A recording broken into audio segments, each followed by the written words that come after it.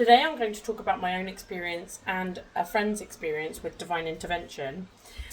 One time I was on a hen do in Malaga, and at that point I was about 23, 24, and I was out with all of them. It was really fun, having a great time.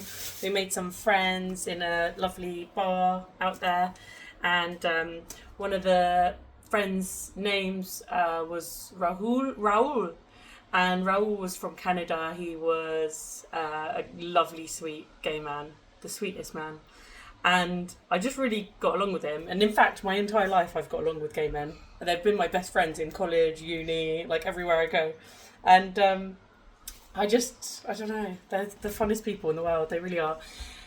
And me and Raul were going for a walk with a couple of other friends, and we were near the beach. And when we were there, it was probably about 4 a.m, something like that.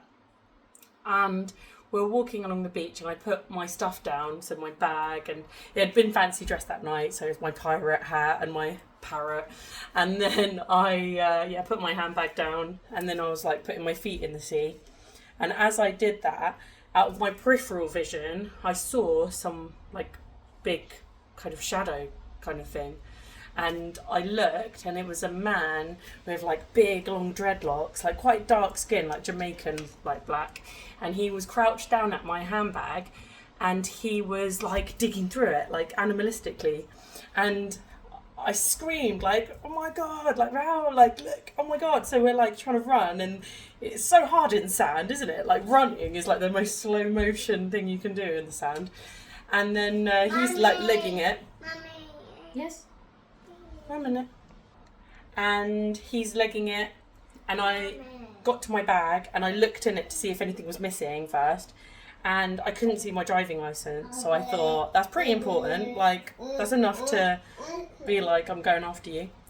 I didn't really know if anything else was missing, so I just like started trying to run after him. And in my crazy mind at that moment, I don't know why, but I thought, I'm just going to jump him, like, because he was still trying to run as I'm trying to run and he's trying to run. And like as I got closer, by the way, I don't know how I outran him, because like I wasn't some kind of an Olympic athlete, but anyway, I caught up with him. And as I'm like sand sprinting, I was so close to like doing the jump for the takedown, literally doing the long jump to take him down, and I just heard a voice in my head, and that's the only way to explain it. It was a voice in my head, and it wasn't my voice, and it said stop.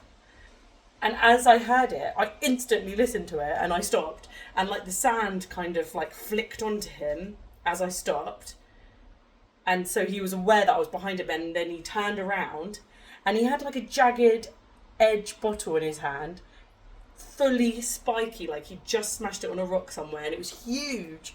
And I was like, oh my God. And he kind of lunged towards me and like, what do you want? And like, and he had like a proper like Portugal accent. And I was like, you've got my driving license? And he was like, no, I don't. And I was like, yes, you do. It's not in my bag. And he was like, I don't have it. Long story short, I ran away, and I found my driving license on the sand. I genuinely, to this day, think that that voice was a higher power. Like, it was either my guardian angel or God. It was like really amazing, and it was something that probably saved my life. There could have been, you know, like a newspaper saying, girl goes on holiday, murdered on beach, you know?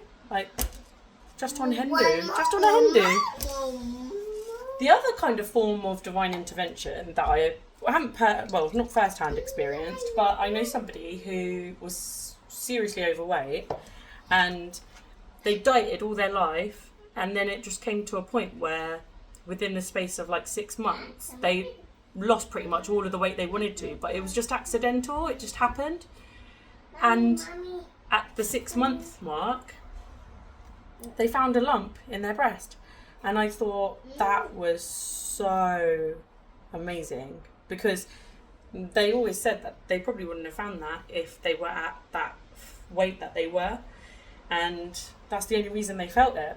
It's crazy. It's really cool that there's some higher power looking out for you always.